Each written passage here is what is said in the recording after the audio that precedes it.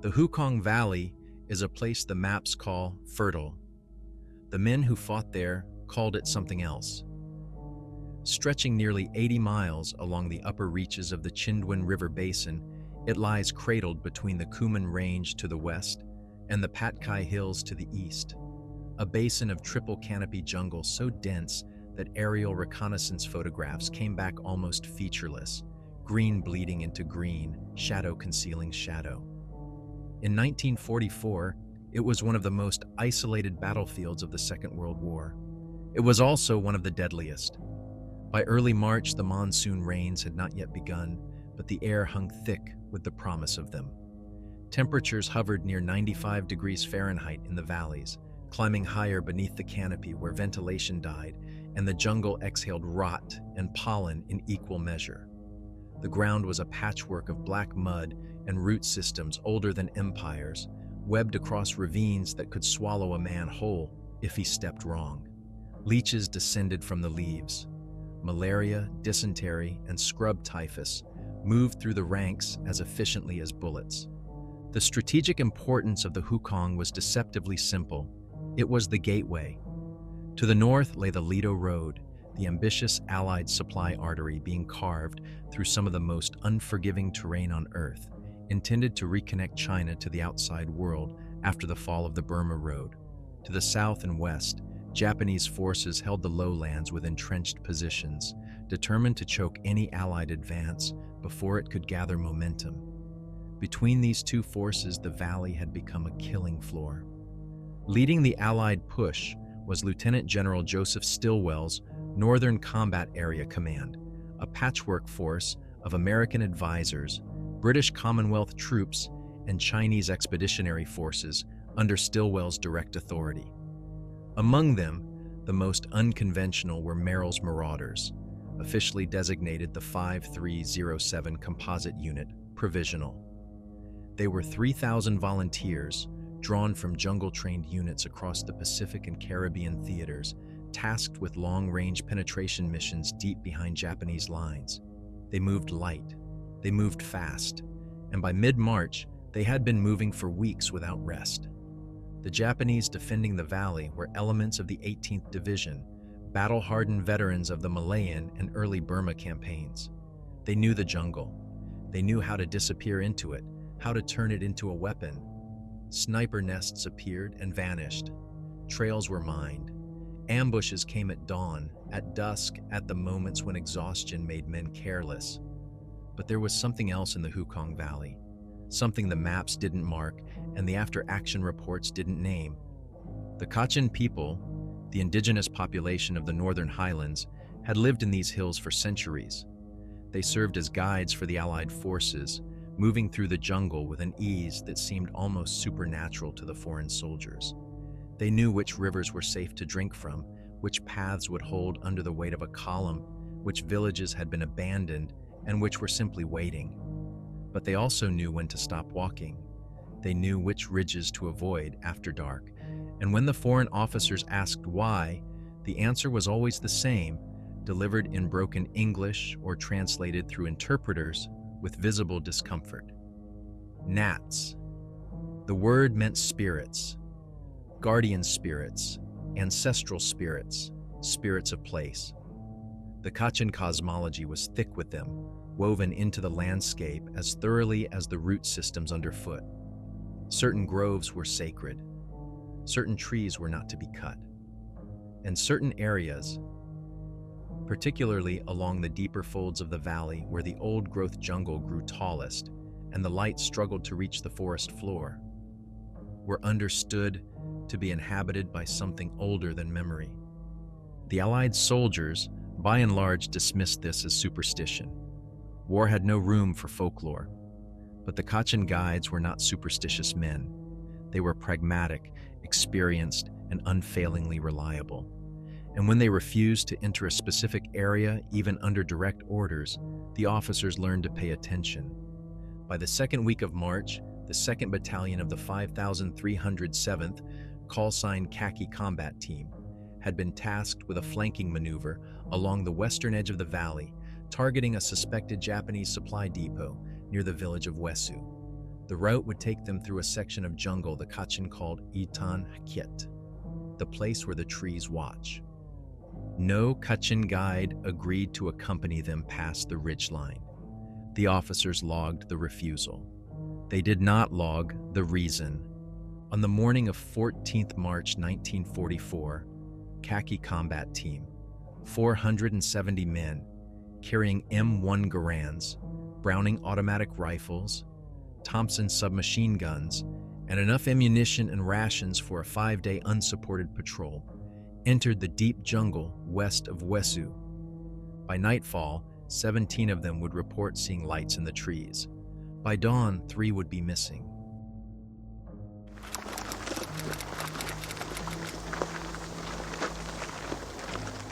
The column formed up in the pre-dawn darkness with the efficiency of men who had done this too many times to need words. 470 soldiers arranged themselves into a tactical march formation that stretched nearly half a kilometer through the undergrowth, spacing themselves to minimize casualties from ambush or artillery. At the front, Lieutenant Colonel George McGee stood with his operations officer and 2 Kachin scouts who had agreed to take them as far as the ridgeline, but no further. McGee was a career officer, 38 years old, West Point class of 1928. He had spent the previous 14 months learning that the jungle was not terrain to be conquered, but a force to be negotiated with. Every decision was a calculation of exhaustion against objective, of speed against security. His men were already worn thin. 2 weeks of continuous movement had reduced rations to hardtack and whatever could be foraged. Malaria was moving through the ranks. Feet were rotting inside boots that never dried. But the intelligence was solid. Japanese supply lines ran through Wesu, and if Khaki Combat Team could cut them, the enemy's defensive positions further south would collapse within days. It was the kind of mission that could shorten the campaign. It was also the kind that required moving through terrain no one wanted to enter. The briefing had been conducted the night before under blackout conditions, maps illuminated by shielded red lens flashlights. The route was a 14-kilometer approach marched through virgin jungle, following a riverbed for the first 6 kilometers before ascending a ridgeline that would provide cover and concealment for the final approach to Wesu. Expected contact with Japanese forces, minimal until they reached the objective area. Expected duration: 3 days out, 2 days of reconnaissance and target preparation, 3 days back. What the maps did not show, what McGee's intelligence officer had been unable to confirm, was why the local guides refused to go past the ridge. The Kachin were not easily spooked. They had led patrols into Japanese-held territory without hesitation, had walked point through minefields, had stayed calm under mortar fire. But when McGee's interpreter had asked them to guide the column into the sector marked on the map as Hatan Hakiet, both men had simply shaken their heads. "Bad place," one had said in halting English. "Trees wrong there." McGee had pressed for details. The translator had done his best. The phrase "trees wrong" was the closest approximation. The Kachin word carried connotations of inversion, of something that appeared as one thing but was another. The scouts would not elaborate. They would take the column to the ridge. They would wait there for 3 days. If the Americans had not returned by the 4th day, they would leave. McGee had accepted the terms. He had no choice. But he had also made a note in his field journal, a single line written in pencil that would later be recovered from his personal effects. Guides refused sector. Reason: spiritual. Proceeding anyway. The column began moving at 0600 hours, just as the first gray light began filtering through the canopy. The order of march was standard for long-range penetration: scouts forward, command element behind them, rifle companies in the center, heavy weapons and support elements at the rear, with a trailing security detachment to guard against encirclement. Each man carried approximately 70 pounds of equipment: rifle, ammunition, grenades, entrenching tool, shelter half, rations, medical kit, and water. The Browning automatic rifle teams carried an additional 20 pounds. The mortar crews carried more. Movement through the jungle was not measured in miles per hour, but in meters per minute. The undergrowth was a tangle of wait-a-minute vines, bamboo thickets, and thorn bushes that shredded uniforms and skin with equal efficiency. Visibility extended no more than 20 meters in any direction. Sound was omnipresent but meaningless. The rustle of leaves, the calls of unseen birds, the distant rush of water over stone. Every noise could be enemy movement. Every shadow could conceal a sniper.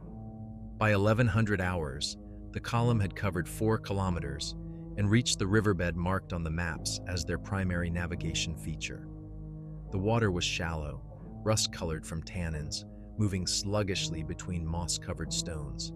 The men filled canteens and treated the water with iodine tablets that turned it the color of weak tea and made it taste like metal. No one spoke unnecessarily.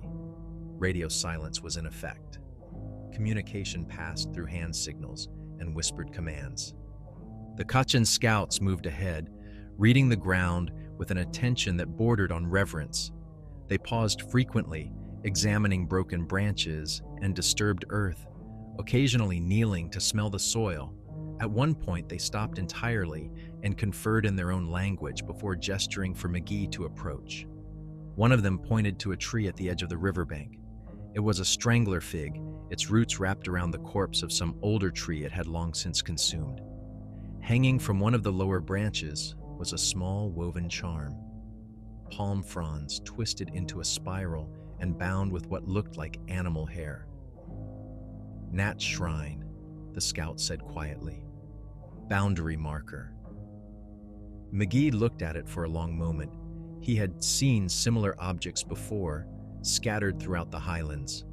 The Kachin placed them at thresholds, at the edges of sacred spaces, as warnings or offerings or both. This one looked old. The palm fronds were gray with age, brittle enough that the slightest touch would reduce them to dust. "What's it marking?" McGee asked.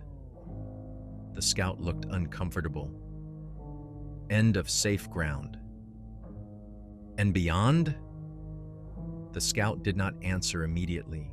He looked upstream, toward the ridge that rose in the distance, its summit lost in the low clouds that clung to the valley. When he finally spoke, his voice was barely audible over the sound of the water. "The trees there do not sleep." McGee did not ask what that meant. He suspected he would find out soon enough. He gave the order to continue.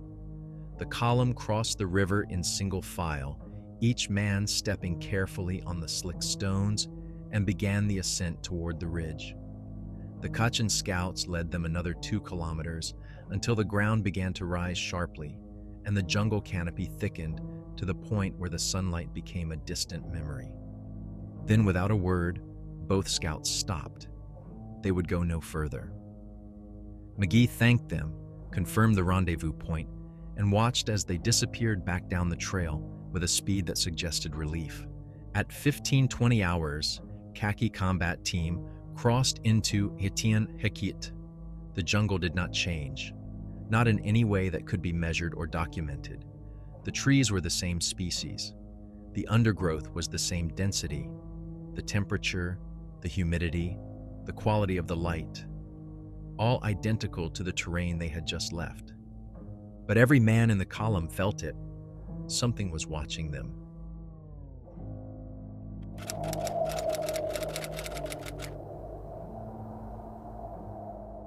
The change was not in the jungle itself, but in the men moving through it.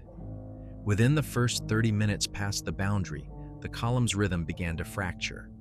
Soldiers who had maintained disciplined spacing for hours started bunching up, closing gaps without realizing it, as if seeking unconscious reassurance in proximity. The point element slowed, not dramatically, perhaps 10%, maybe 15%, but enough that Lieutenant Colonel McGee noted it in his mental calculus of the day's progress. At 16:05 hours, the lead scout, a private from Nebraska named Kellerman, stopped the column with a raised fist. McGee moved forward, expecting contact or a terrain obstacle. Instead, Kellerman was standing motionless, staring upward into the canopy. His rifle was at low ready, finger outside the trigger guard, but his posture was tense in a way that had nothing to do with enemy presence. "What is it?" McGee asked quietly. Kellerman didn't answer immediately. He continued looking up, his eyes tracking something McGee couldn't see. Finally, he lowered his gaze and shook his head, as if clearing water from his ears. "Thought I saw movement, sir." "High up, but nothing's there." McGee looked up. The canopy was perhaps 80 feet overhead, a layered ceiling of branches and leaves so dense that the sky was invisible. Vines hung like cables. Moss grew in sheets. Everything was green or brown or mottled with both. There was no movement, not even wind. "Keep moving," McGee said. But Kellerman wasn't the only one. Over the next hour, as the column pushed deeper into Hatan Hakyet, more men began glancing upward with increasing frequency. Some would stop entirely, craning their necks as if listening for something just beyond the range of hearing. When questioned, none could articulate what had drawn their attention. The most common response was a shrug and a muttered apology. The jungle sounds had changed too, though it took time to recognize the absence. The bird calls that had been a constant backdrop since morning were gone. No monkeys crashed through the upper branches. No insects swarmed. The usual hum of the jungle, that white noise of a million small lives conducting their business, had been replaced by something closer to silence. Not total silence. Water still moved somewhere in the distance. Leaves still rustled. But the density of sound had thinned, as if the forest were holding its breath. At 17:24 hours, McGee called a halt to establish a patrol base for the night. Standard procedure dictated finding defensible terrain, ideally elevated ground with clear sight lines and limited approaches. What they found instead was a small clearing, roughly circular, perhaps 40 meters across. The ground was unusually level, covered in a carpet of dead leaves that had accumulated to a depth of several inches. The trees surrounding the clearing were older than most they had encountered, their trunks massive enough that 3 men linking hands could not encircle them. The men began digging fighting positions along the perimeter, shallow scrapes just deep enough to provide cover if the position came under fire. No fires were permitted. Rations would be eaten cold. Radio watch would be maintained in 2-hour rotations. McGee established his command post near the center of the clearing, beneath a tree whose roots had risen above ground level to form a natural shelter. As darkness fell, the silence deepened. Twilight in the jungle lasted no more than 20 minutes, a brief transition between day and night with little intermediate gray. By 18:15 hours, visibility had dropped to less than 5 meters. The men settled into their positions with the practiced efficiency of soldiers who had done this dozens of times, arranging themselves in 2-man teams, one awake while the other rested, rotating every 2 hours through the night. But sleep did not come easily. Private First Class Daniel Ortega, a rifleman from Texas, was in a fighting position on the eastern edge of the perimeter, paired with a machine gunner named Kowalski. Ortega had the first watch. Kowalski rolled into his shelter half and was asleep within minutes, the deep unconsciousness of exhaustion. Ortega sat with his back against a tree root, M1 Garand across his lap, and stared into darkness so complete it felt solid. His orders were simple: watch for movement, listen for sounds that didn't belong, wake his partner if anything seemed wrong. Do not fire unless fired upon. Do not use lights unless absolutely necessary. Above all, stay awake. The first hour passed without incident. Ortega's eyes adjusted as much as they were going to, which was not much. He could see perhaps 3 meters in front of him. enough to make out the vague shapes of trees and undergrowth. Everything beyond that was void. He listened instead. His hearing, sharpened by weeks of jungle warfare, cataloged the sounds around him. Kowalski's breathing, the faint rustle of leaves, the distant drip of water from the canopy, the occasional creak of wood expanding or contracting in the cooling air. At 19:23 hours, he heard something else. It was faint at first, a sound like wind moving through branches, except there was no wind. It came from above, from somewhere high in the canopy. Ortega tilted his head back and stared upward into blackness. The sound continued for perhaps 10 seconds, then stopped. He waited, barely breathing, but it did not return. He made a note of it. Probably nothing. Possibly a large animal moving through the upper branches. Possibly his imagination. At 19:47 hours, he saw the first light. It appeared high above him, beyond the reach of the canopy, or perhaps within it. The darkness made distance impossible to judge. It was small, no larger than a candle flame, pale blue-white in color, and it moved. Not in a straight line, but in a slow, looping pattern, like a firefly, but far too large and far too high. Ortega watched it for nearly a minute before it winked out. He almost woke Kowalski. But what would he say? That he saw a light? There were bioluminescent insects in the jungle. There were fungi that glowed in the dark. It could have been anything, except it wasn't an insect. The movement had been too deliberate, too controlled. At 20:03 hours, 3 more lights appeared. They emerged from different directions, converging above the clearing in a pattern that suggested coordination. They were the same pale blue-white color, the same approximate size. They moved in slow circles, weaving around each other like dancers, never touching but always maintaining the same relative distance. After 2 minutes, they separated and moved off in different directions, disappearing into the canopy. Ortega's hands were shaking. He tightened his grip on his rifle and tried to steady his breathing. Around the perimeter, he could hear other men shifting in their positions, restless in ways that suggested he was not the only one awake and watching. At 20:19 hours, the lights returned. This time there were more, 7, perhaps 8. They moved faster now, darting between the trees with a speed that no insect could match.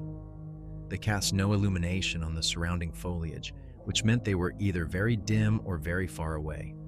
But they were bright enough to be clearly visible, bright enough that Ortega could track their movements even when they passed behind branches. One of them descended.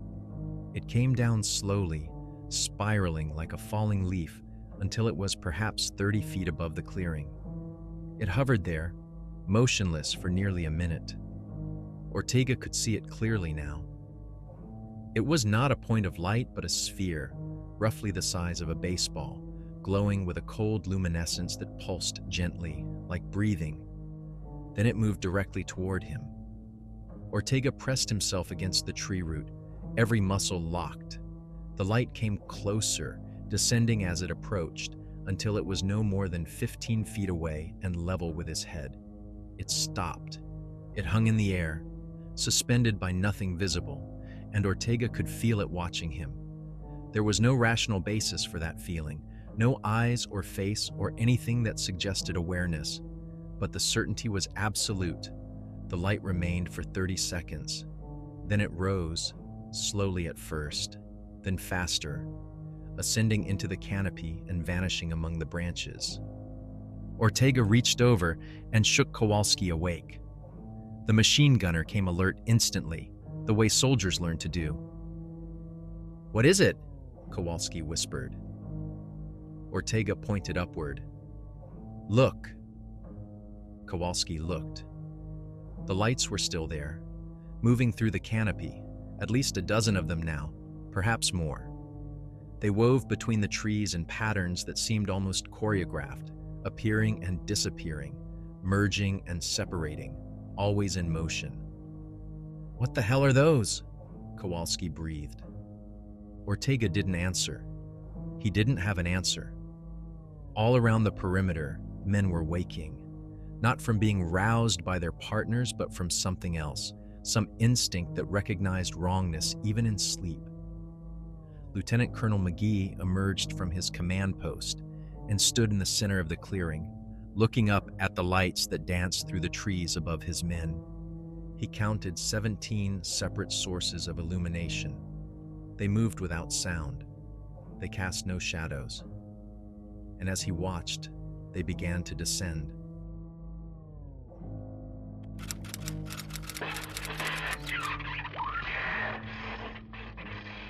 The lights descended in a spiral pattern, moving as a group but maintaining individual trajectories, like leaves caught in a whirlpool. They came down slowly, almost hesitantly, as if testing the air below them. McGee stood motionless in the center of the clearing, aware that every man in the perimeter was watching him for a reaction. He gave none. His hand rested on the grip of his Colt M1911, thumb on the safety, but he did not draw the weapon. The lights stopped their descent at approximately 20 feet above ground level. There were 19 of them now. McGee counted twice to be certain. They hung suspended in the air, arranged in no pattern he could discern, pulsing with that same cold, blue-white luminescence. The clearing was illuminated enough that he could see the faces of the nearest soldiers, their expressions caught between fear and fascination. "Hold fire," McGee said quietly. His voice carried in the silence. "Nobody shoots unless I give the order." The lights remained motionless for nearly 3 minutes. Then, without warning, they scattered. They moved in all directions simultaneously, some ascending back into the canopy, others moving horizontally through the trees at the perimeter, 2 or 3 descending almost to ground level before veering away. The movement was so sudden and so fast that several men flinched, hands tightening on weapons. One light passed directly over McGee's head, close enough that he could feel something. Not heat, but a sensation like static electricity, a prickling across his scalp and the back of his neck. It moved on without pausing, weaving between the massive tree trunks at the edge of the clearing, and then it was gone, vanished into the darkness beyond the perimeter. For 5 minutes there was nothing. The lights had disappeared. The jungle returned to its unnatural silence. McGee turned slowly, scanning the perimeter, and saw his own tension reflected in every visible face. His operations officer, Captain Edward Reese, moved to his side. "Sir, what the hell was that?" Reese's voice was steady, but barely. "I don't know, Captain." "Flares? Some kind of Japanese signal?" "Flares fall. Flares burn out. Those did neither." "Then what?" McGee didn't answer. He couldn't. There was no answer that made sense. Instead, he gave orders. "Double the watch. Nobody sleeps alone. I want every position manned by at least 2 men, both awake. Weapons at ready. If those things come back and approach within 10 feet of the perimeter, use flashlights to illuminate them. If they continue to approach after that, you are authorized to fire, but only if they approach. Understood?" The order was passed in whispers around the perimeter. Men who had been attempting to sleep were roused. Positions were adjusted. The clearing settled into a tense vigilance that had nothing to do with the possibility of enemy contact and everything to do with something no one could name. At 21:47 hours, the lights returned. This time, they did not descend into the clearing but remained high in the canopy, visible only as faint glows moving between the branches. They seemed more numerous than before, though counting them was impossible. They moved in loose formations, converging and dispersing, always in motion. Occasionally, one would descend partway, hover for a few seconds, then rise again. Private Ortega, still at his position on the eastern perimeter, watched them with Kowalski beside him. Neither man spoke. There was nothing to say. The lights moved above them for over an hour, and during that time the temperature in the clearing dropped noticeably. It was subtle at first, perhaps 2 or 3 degrees, but within 30 minutes both men were aware of a chill that had nothing to do with the night air. Their breath did not mist, but the sensation was unmistakable. The jungle was growing colder. At 2301 hours, Sergeant First Class Raymond Huxley, positioned on the western edge of the perimeter, reported movement on the ground. Not lights this time, but something else. Shadows, he said. Shapes moving between the trees just beyond the clearing. He couldn't make out details, but the movement was there, definitely there, circling the perimeter at a distance of perhaps 15 meters. McGee moved to Huxley's position and observed for 10 minutes. He saw nothing, but he believed Huxley. The sergeant was a veteran of the Guadalcanal campaign, a man who had survived night ambushes and jungle warfare in conditions that would have broken lesser soldiers. If he said he saw movement, then he saw movement. "How many?" McGee asked. "Can't tell, sir. Could be 3, could be 30. They're staying back just at the edge of visibility, but they're out there." "Doing what?" "Watching us." The word hung in the air. Watching. The same word McGee himself had thought earlier. The same instinct every man in the clearing had felt since entering this sector. They were being observed, studied. And whatever was doing, the observing was not human. At 23:34 hours, one of the lights descended again, this time at the northern edge of the perimeter. It came down fast, dropping from the canopy in a straight vertical line, and stopped less than 8 feet from the nearest fighting position. The 2 soldiers there, both privates whose names McGee would later learn were Chin and Bradshaw, reacted according to their orders. Chin switched on his L-shaped flashlight, the red lens dimmed but bright enough to illuminate the area. The light hung in the beam of the flashlight like a captured moth. It was a sphere, approximately 8 inches in diameter, perfectly round, glowing with an intensity that should have hurt to look at, but somehow didn't. The surface appeared to be moving, rotating slowly, though whether it was the sphere itself or something within it was impossible to say. It cast no reflection on the surrounding vegetation. It made no sound. Chin kept the flashlight trained on it. Bradshaw kept his rifle raised, finger on the trigger, safety off. The sphere remained motionless for approximately 15 seconds. Then it began to move again, drifting laterally along the perimeter, parallel to the tree line. Chin tracked it with the flashlight. It moved perhaps 10 meters, then stopped again. From somewhere to the left, another light descended, then another to the right. Within 30 seconds, there were 6 lights at ground level, all positioned around the perimeter at different points, all hovering at approximately the same height. They did not approach closer than 8 feet. They simply waited. McGee made a decision. He walked to the nearest light, the one Chin was illuminating, and approached it directly. He heard Reese calling his name behind him, but he ignored it. He walked until he was standing less than 3 feet from the sphere, close enough to reach out and touch it if he chose. He did not choose.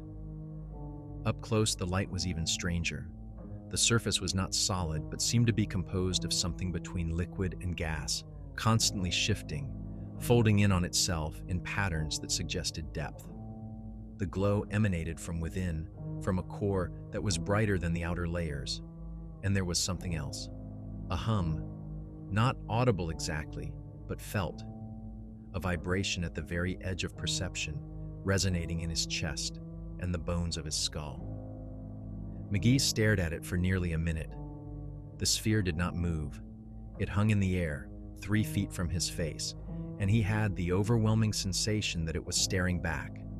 That behind that shifting surface was something aware, something intelligent, something that was deciding what to do about the armed men who had entered its territory. Then it rose, straight up, accelerating smoothly, climbing 20 feet in less than 2 seconds.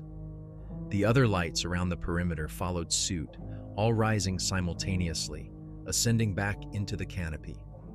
Within 5 seconds, they were gone, and the clearing was dark again. McGee stood in the silence that followed. His heart was hammering in his chest, adrenaline flooding his system in a way that combat had never quite managed. Behind him, he could hear men breathing hard, the sounds of fear barely controlled. "Sir," Reese said quietly, "what do we do?" McGee turned back toward the center of the clearing. "We wait for dawn, and then we finish the mission." But dawn was still 6 hours away, and the lights were not done with them yet. At 118 hours, the temperature dropped again. This time, the change was dramatic enough that it could not be dismissed.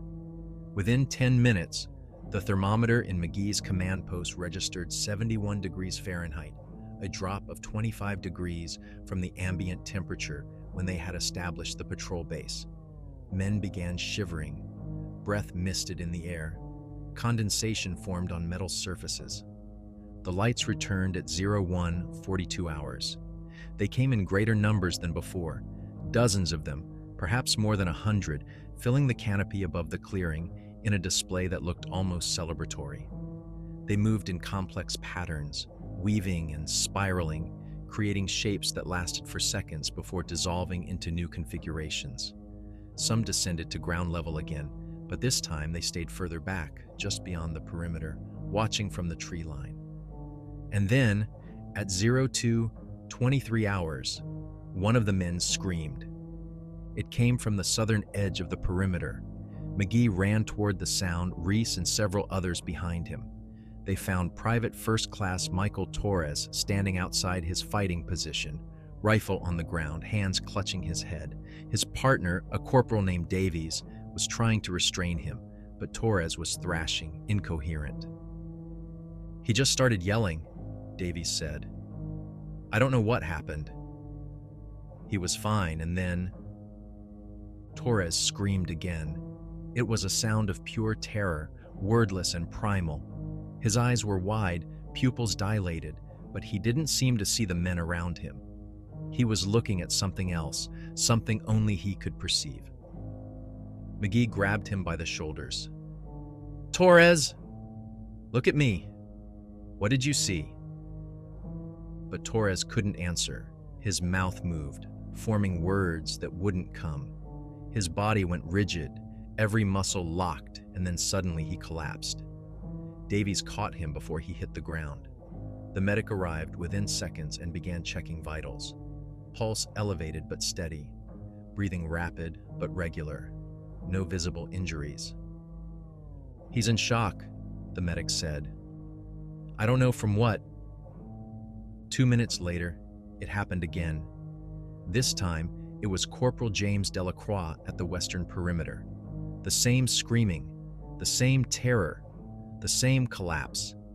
And then a third, Private Eugene Katz at the northern edge. 3 men down within 10 minutes, all presenting the same symptoms, all positioned at different points around the clearing. McGee stood in the center of the patrol base and felt control slipping away. Whatever was out there in the darkness, it was no longer content to simply watch. It was acting, and he had no idea how to fight something he couldn't see, couldn't touch, couldn't understand. At 03:42 hours, just as the first gray hint of pre-dawn began to leach into the eastern sky, the lights departed. They rose as one, ascending through the canopy in a coordinated movement that took less than 10 seconds, and then they were gone. The temperature began to rise immediately. The unnatural silence began to break apart, replaced gradually by the tentative sounds of returning jungle life. Torres, Delacroix, and Katz remained unconscious. The medic could do nothing for them except monitor their condition and wait for them to wake. They did not wake. And when the dawn count was conducted at 06:15 hours, Lieutenant Colonel McGee discovered that the casualty list had grown. 3 more men were missing, not unconscious, not injured, simply gone. Their fighting positions were empty, their weapons remained, but the men themselves had vanished sometime during the night, taken from positions inside the perimeter while surrounded by 467 other soldiers. No one had seen them leave. No one had heard them cry out. They were simply no longer there.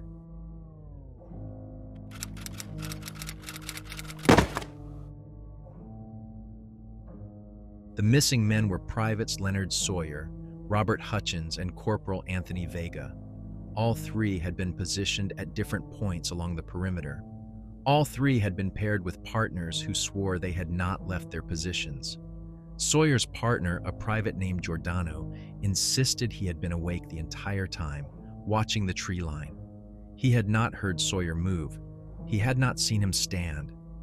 At some point during the night, he had simply turned to say something to his partner and found himself alone. The same story repeated at the other two positions. No sound, no struggle, no indication of movement. The men had simply ceased to exist in the space they had occupied. McGee ordered a search of the immediate area. Teams of 4 men each moved in overlapping patterns through the jungle surrounding the clearing, calling the names of the missing soldiers, looking for tracks, for signs of dragging, for anything that might explain where 3 grown men had gone. They found nothing. The jungle floor showed no disturbance beyond what the patrol itself had created. There were no blood trails, no torn fabric, no spent cartridges that would indicate a struggle. After 2 hours, McGee called off the search. He assembled his command element in the center of the clearing and made the calculation every combat leader dreads. He had 6 casualties, 3 missing, 3 incapacitated. He had a mission to complete. He had 464 men looking to him for orders, and behind their eyes, he could see the question they were all asking. What the hell are we fighting? He didn't have an answer, but he knew that staying in this clearing would not produce one. We move out in 30 minutes, he told his officers. The mission remains unchanged. We proceed to Wesu, conduct reconnaissance of the supply depot, and report back to command. We carry Torres, Delacroix, and Katz with us on stretchers, the missing men. He paused, choosing his words carefully. We'll mount a recovery operation once we've completed the primary objective. No one objected. No one suggested they abandon the mission and return to friendly lines. The men of Merrill's Marauders did not walk away from objectives, but McGee could see the toll the night had taken. Faces were drawn. Hands shook when men thought no one was watching. The usual dark humor that sustained soldiers through hardship was absent. At 0647 hours, Khaki Combat Team broke camp and resumed the march toward Wesu. The 3 unconscious men were carried on improvised stretchers, rotating teams of 4 bearers every 15 minutes. The column moved more slowly than it had the previous day, both from caution and from exhaustion. No one had slept. The men moved through the jungle with weapons at ready, eyes constantly scanning the canopy above, flinching at sounds that would have been ignored 24 hours earlier. The jungle remained wrong. The silence persisted. Animal life was absent.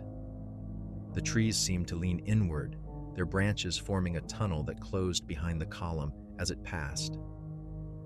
Several men reported the sensation of being followed, but when they turned to look, there was nothing, just the endless repetition of trunks and vines and shadow.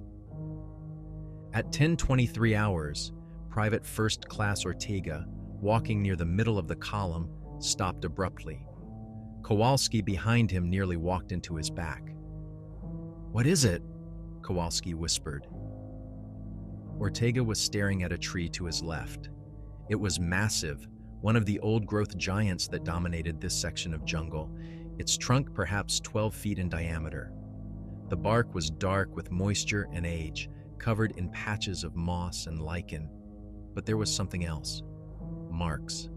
Carved into the bark at roughly chest height were symbols, geometric patterns, spirals, lines that intersected at angles that seemed to shift when looked at directly. Ortega reached out to touch one of the symbols. His fingers stopped an inch from the bark. "It's warm," he said. Kowalski moved closer. "What?" "The air around it. It's warm. Feel it. Kowalski extended his hand. Ortega was right. The air in the immediate vicinity of the carved symbols radiated heat, a sphere of warmth perhaps 2 feet in diameter, in stark contrast to the cool dampness of the surrounding jungle. It was like standing near a campfire that gave off heat but no light. The column had halted. McGee moved forward to investigate. He examined the symbols without touching them, noting their depth and precision. They had not been carved with a knife or any tool he recognized. The edges were too smooth, too uniform.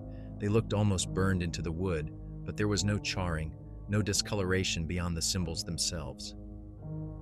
"Anyone recognize these?" McGee asked. No one did. They were not Kachin script. They were not Japanese. They were not anything in the experience of the men present. "Mark the location on the map," McGee said. "We keep moving." But the symbols were not isolated. Over the next hour, the column encountered them repeatedly, always carved into the largest trees, always radiating that same inexplicable warmth.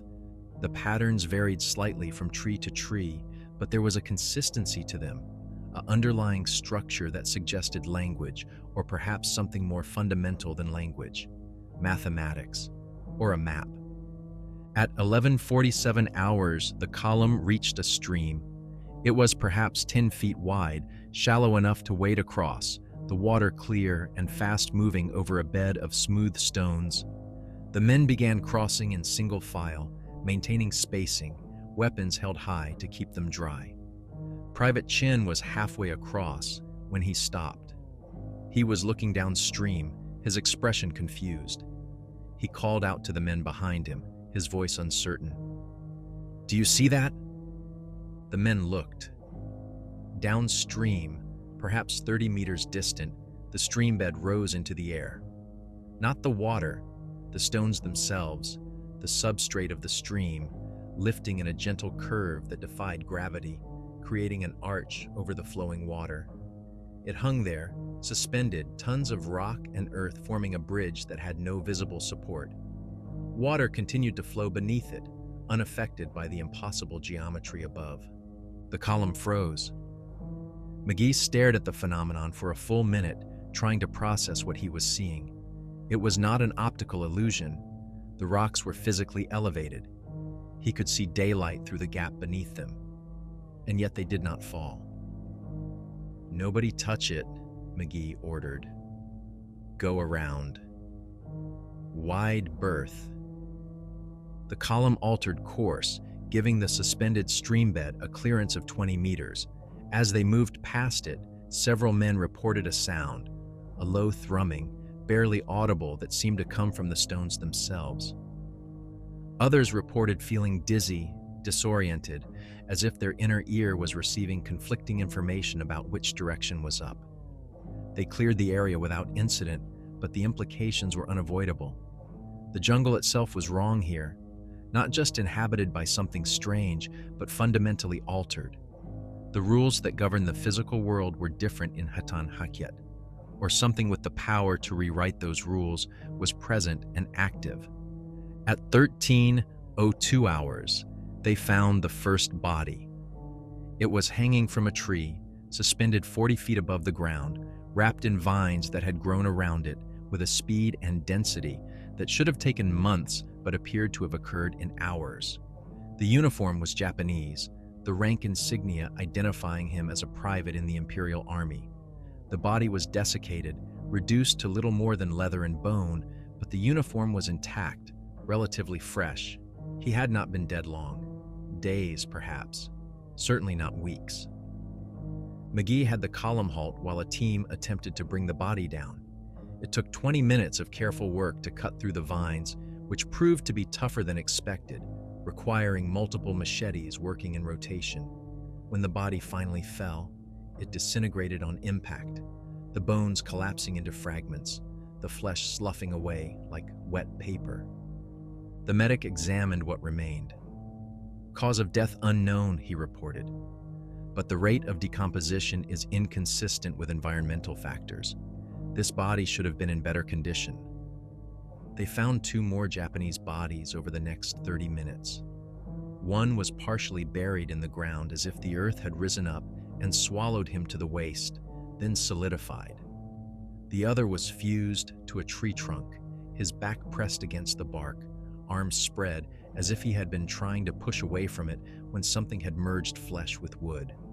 Both showed the same accelerated decomposition.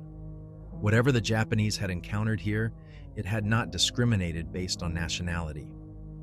At 14:34 hours, Khaki Combat Team reached the ridge overlooking Wesu.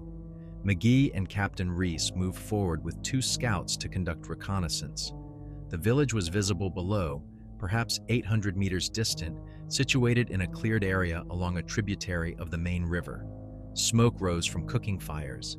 Structures were visible, a mix of local buildings and what appeared to be Japanese military constructions. Supply crates were stacked near the largest building. Soldiers moved between positions in patterns that suggested routine rather than alert status. It was a perfect target, exactly the kind of objective the mission had been designed to exploit. McGee could call in coordinates for an artillery strike, or he could lead a raid, hit the depot at dusk, or destroy the supplies and withdraw before the Japanese could mount an effective response.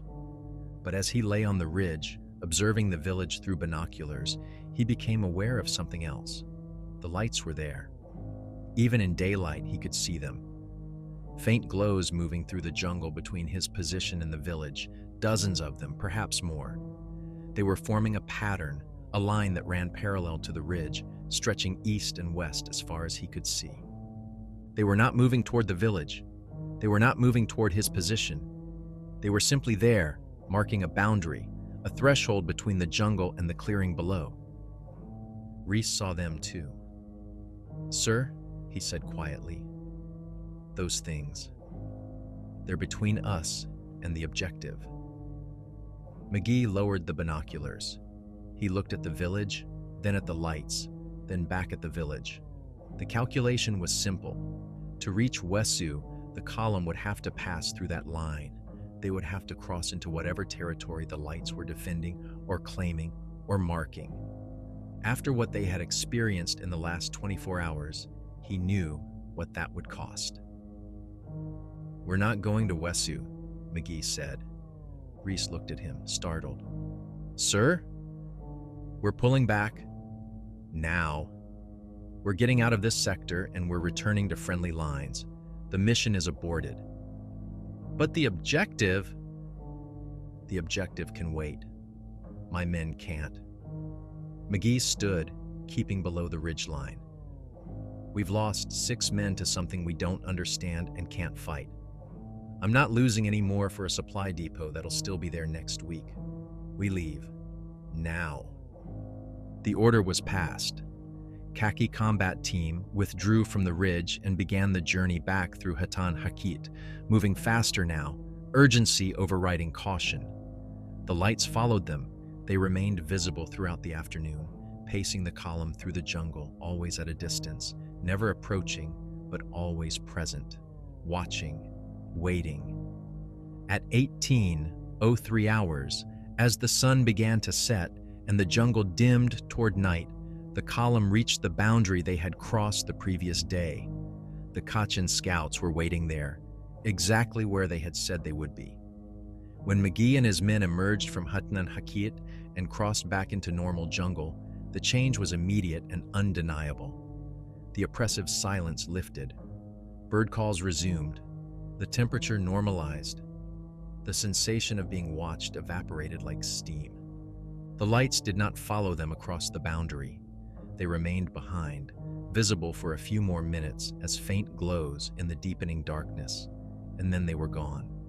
Khaki Combat Team made camp 2 kilometers past the boundary. The men collapsed where they stopped, too exhausted to dig proper fighting positions, too relieved to care. McGee sat with his back against a tree and wrote in his field journal by the light of a shielded flashlight. His hand shook as he wrote. The entry was brief. Mission aborted. Enemy contact. None. Other contact. Extensive. Nature. Unknown. Casualties: 3 missing, 3 non-responsive. Recommendation: Hatan Hikyet sector to be marked off-limits to all Allied personnel until further assessment possible. No further operations in this area without specialized support. He closed the journal and looked back toward the boundary they had crossed. In the darkness, he thought he could still see them, the lights, still watching, still waiting, still there.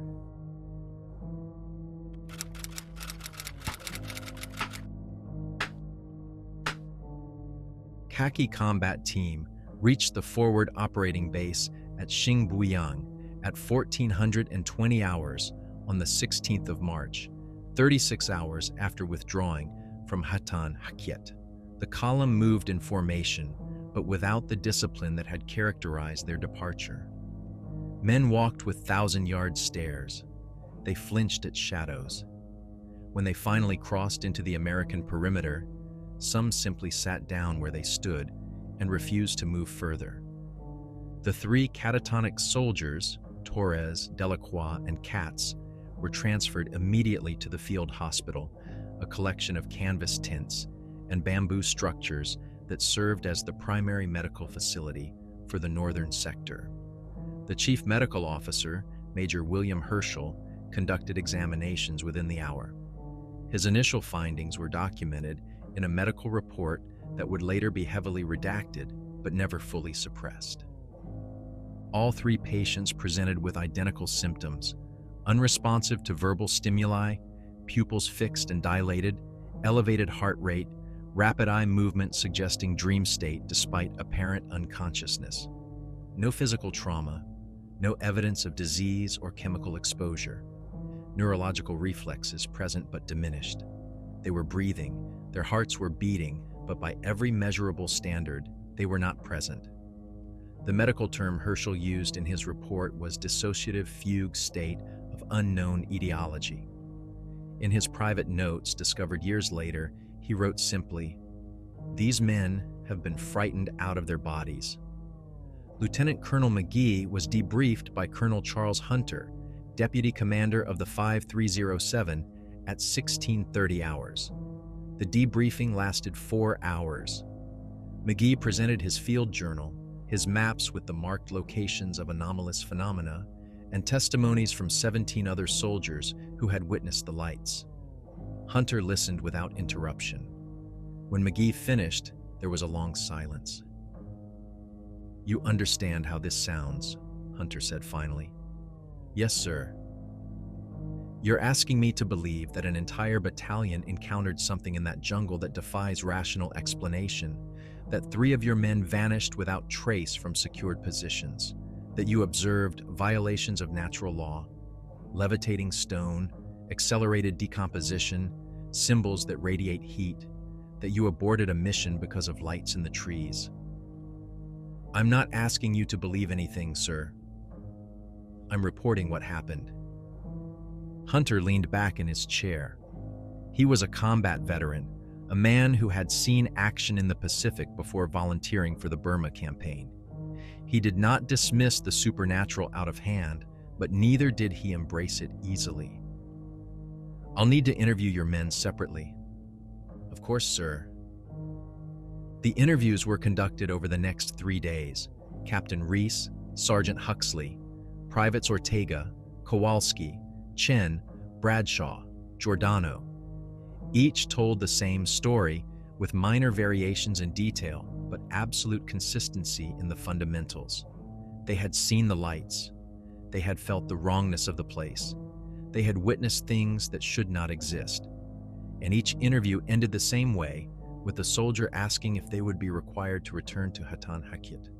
The answer was always the same. No decision had been made.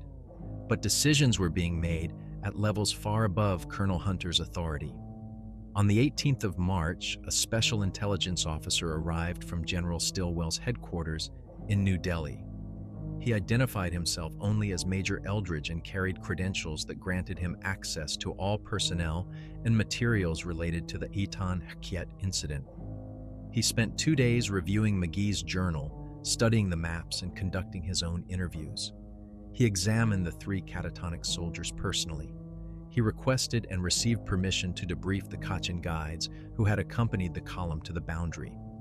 The Kachin were more forthcoming with Eldridge than they had been with the American officers. Through interpreters, they explained that Hatan Hakyet had been forbidden territory for generations. The name translated more accurately as the place where spirits feed. It was not that the area was haunted in the traditional sense, not ghosts of the dead, but something older, something that predated human presence in the valley.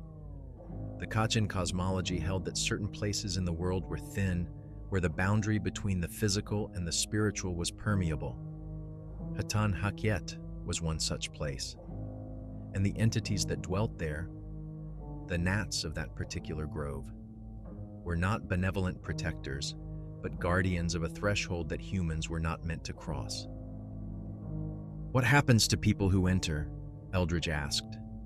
The interpreter conferred with the guides, then translated their response. "They are taken, or they are shown things, or they go mad. The jungle there does not follow the rules of other places. Time moves differently. Space bends. The gnats do not kill exactly. They remove. They erase. Those who anger them cease to have been." "Cease to have been," Eldridge repeated. "Not cease to be. Cease to have been." The interpreter nodded, as if they were never there at all. No body, no memory that satisfies, just absence. Eldridge asked about the lights specifically. The guides described them as manifestations of the gnats' attention, their way of perceiving the physical world. When the lights appeared, it meant the gnats were watching. When they descended and approached, it meant the gnats were considering. What they were considering was whether the intruders would be permitted to leave. "And the three men who vanished?"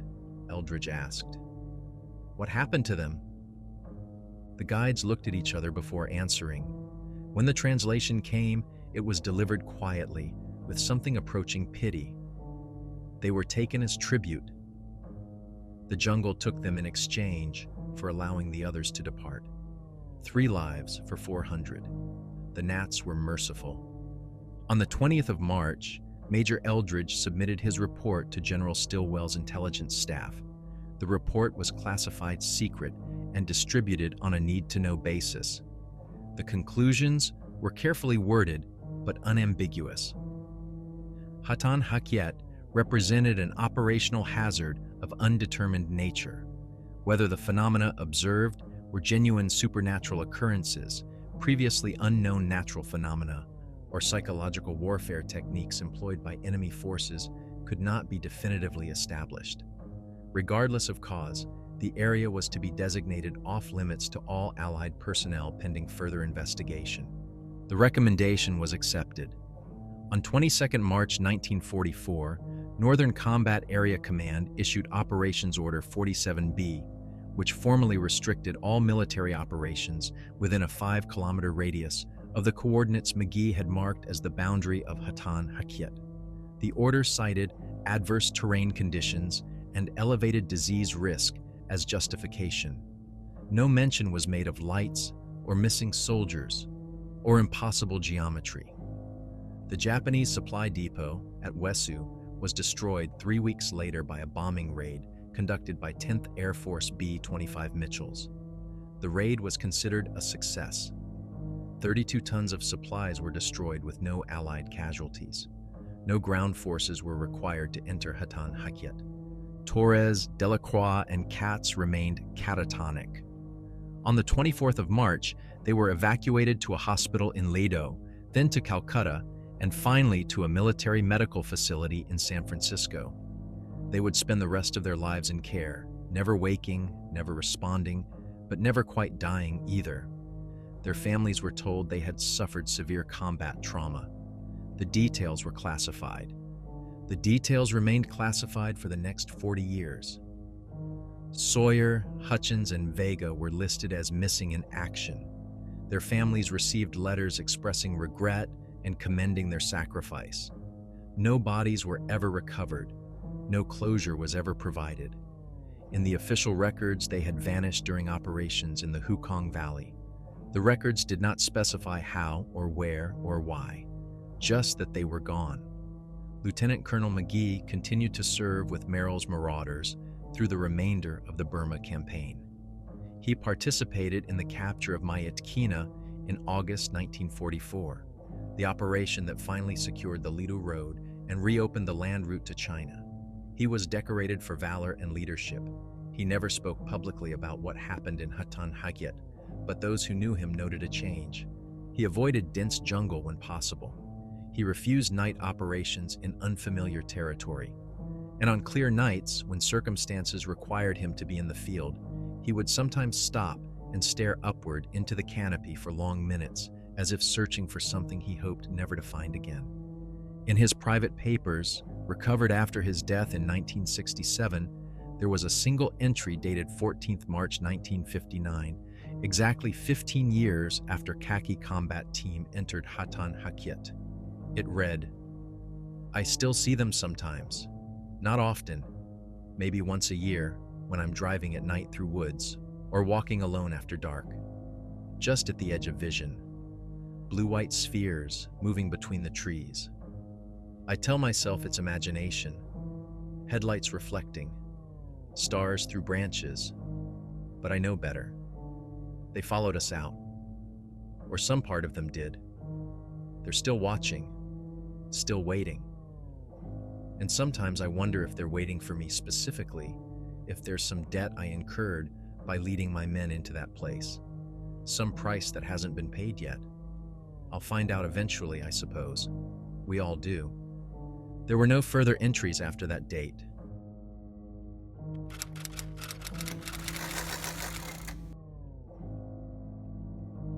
The story of what happened in Hatan Hakyat did not end with the war.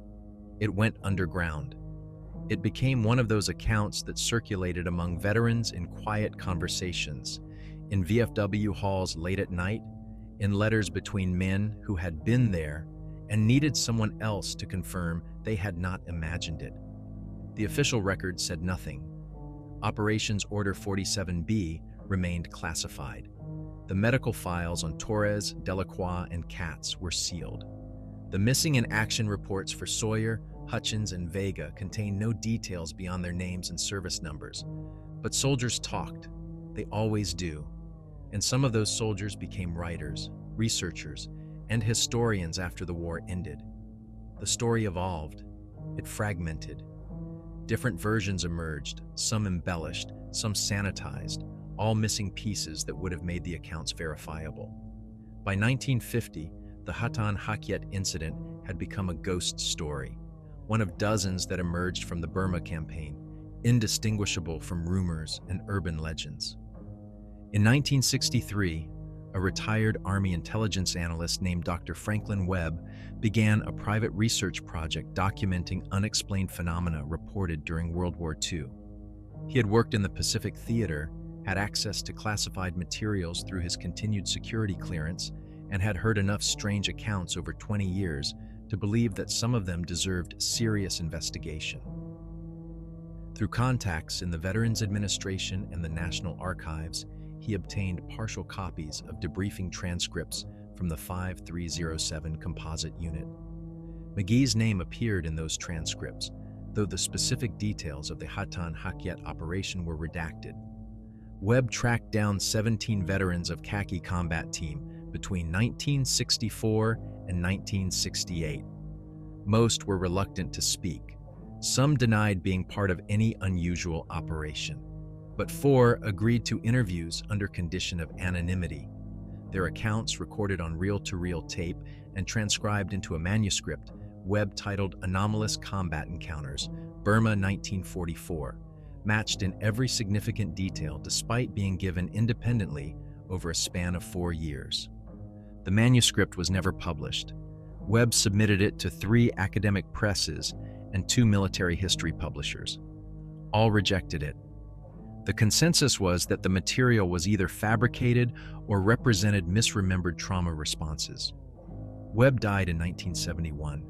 His papers, including the interview tapes and manuscript, were donated to the University of Oregon Library, where they remained largely unexamined until 1979. That year, an anthropology graduate student named Sarah Chin was conducting research on indigenous belief systems in Southeast Asia. She came across references to Nat worship in the Kachin Hills and began tracing historical accounts of supernatural phenomena in the region. The Webb manuscript surfaced during her research. Intrigued, Chin obtained permission to access the tapes and began her own investigation. What she discovered was a pattern. The Hatan Hakyet incident was not unique. Similar accounts existed throughout the historical record of the region, dating back centuries. British colonial reports from the 1880s mentioned inexplicable atmospheric phenomena in certain valleys of northern Burma. Missionary accounts from the early 1900s described areas the local population refused to enter, citing malevolent spirits that manifested as lights or caused travelers to become disoriented and lost. Japanese military records from 1942, obtained through academic exchange programs, contained brief mentions of patrol units reporting unusual experiences in remote jungle sectors, including luminous phenomena of unknown origin, and soldiers who failed to return from reconnaissance without evidence of enemy action. Chin interviewed surviving Kachin elders who had lived through the war years.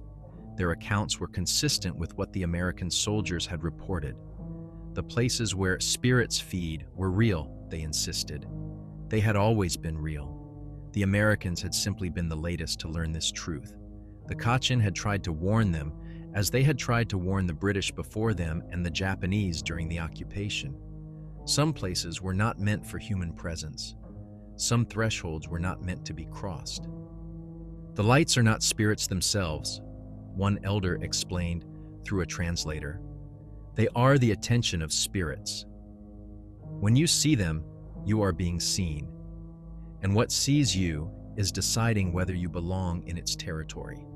Most of the time, it decides you do not. Then it removes you, not violently.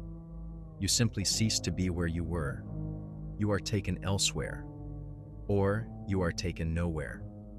The distinction is not always clear. Chin asked what happened to those who were taken. The elder's response was recorded in her field notes. They go where the jungle needs them to go. Some are returned, but they are not whole when they come back. Part of them remains in the other place. They walk and breathe, but they do not see the world the same way. They have looked at something humans are not meant to look at, and it has looked back into them. In 1982, Chin completed her doctoral dissertation, Boundary Phenomena and Indigenous Cosmology, the Persistence of Supernatural Beliefs in War Zones. It included a detailed analysis of the Hatan Ikyet incident, cross-referenced with Kachin oral histories, and other documented accounts of anomalous experiences in the region.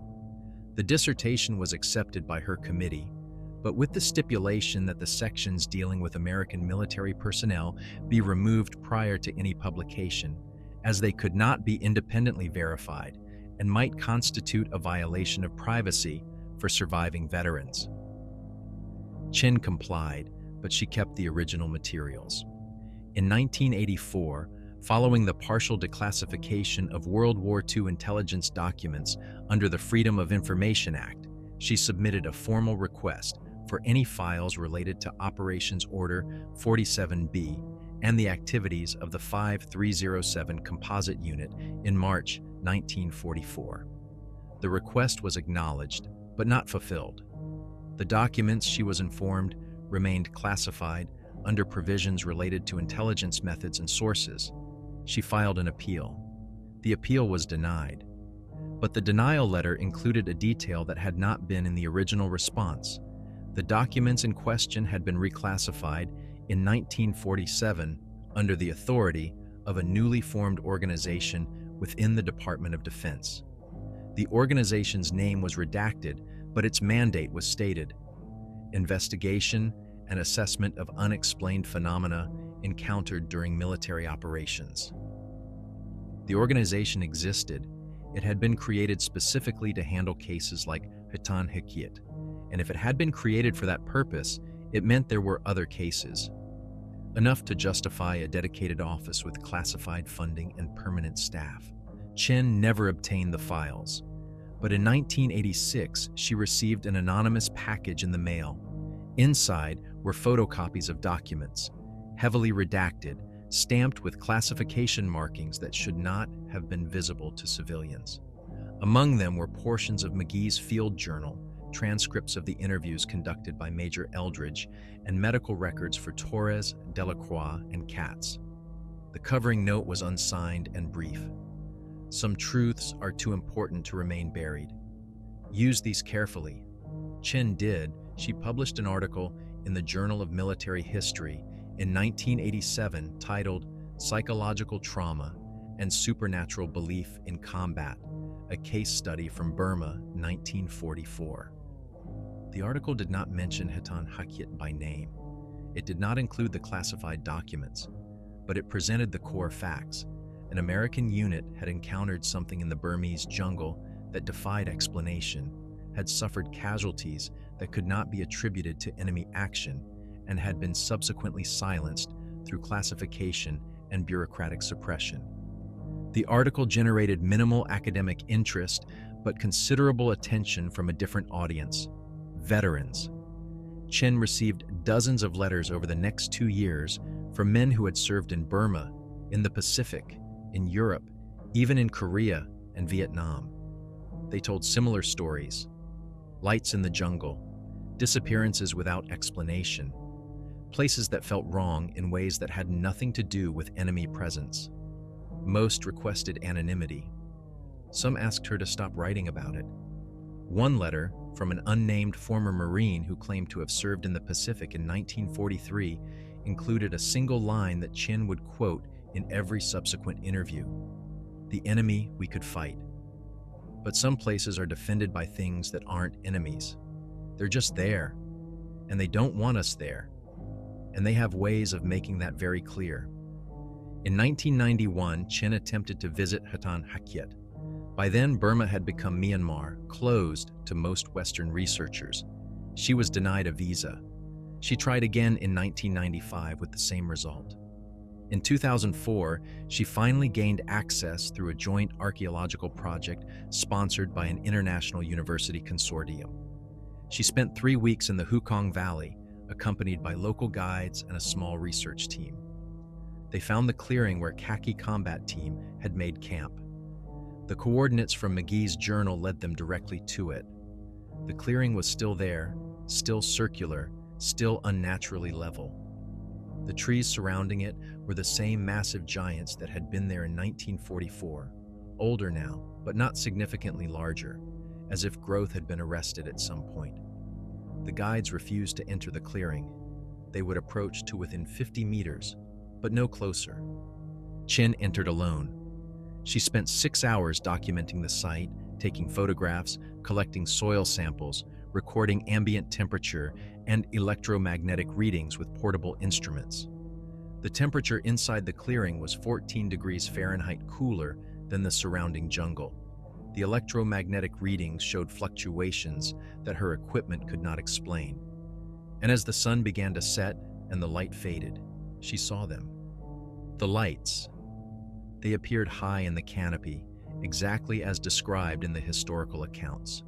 Blue-white spheres, perhaps a dozen of them, moving slowly through the upper branches. Chen watched them for 20 minutes, filming with a handheld camera. The lights did not descend. They did not approach. They simply moved through the canopy in patterns that suggested coordination, awareness, purpose. When full darkness fell, Chen left the clearing.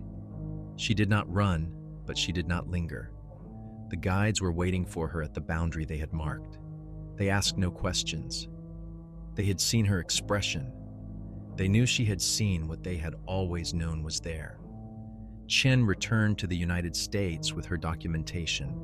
The footage of the lights was analyzed by physicists who concluded that the phenomena captured on film were consistent with bioluminescent organisms, plasma discharge, or atmospheric reflection, but could not definitively identify the source. The temperature and electromagnetic anomalies were noted but not explained. In 2008, at a symposium on military history and folklore, Chin presented her final paper on Hatan Hakyat. She was 73 years old. The paper was titled Persistent Anomalies, When History Cannot Explain What Soldiers Remember. She concluded with a statement that summarized 40 years of research. There are places in the world where the normal rules do not apply, where human presence is tolerated only conditionally, where something older than our understanding maintains boundaries we cannot see but can certainly feel. The men of Khaki Combat Team crossed one such boundary in March 1944. They paid a price for that crossing, and the debt, I believe, has never been fully settled. The lights are still there, still watching, still waiting, and perhaps they always will be, long after the last veteran has died and the last file has been declassified. Some mysteries are not meant to be solved. Some territories are not meant to be mapped, and some warnings, no matter how clearly given, will always be ignored until it is too late. Sarah Chin died in 2011. Her papers were donated to the Library of Congress. Among them was a sealed envelope with instructions that it not be opened until 2044, 100 years after the Hatan Hakyat incident. The envelope is currently in storage, cataloged and waiting.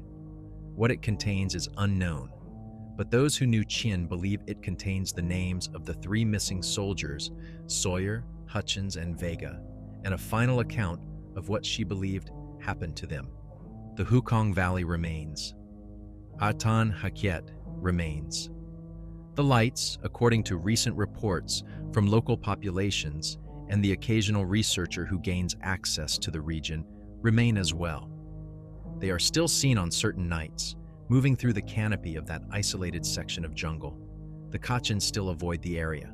The trees still watch. And somewhere in the darkness beneath those trees, the boundary between the known and the unknowable persists, waiting for the next group of soldiers, researchers, or travelers who believe they are prepared for what waits beyond it. They are never prepared. They never have been. And the jungle, patient and timeless, continues to remember what history has tried to forget.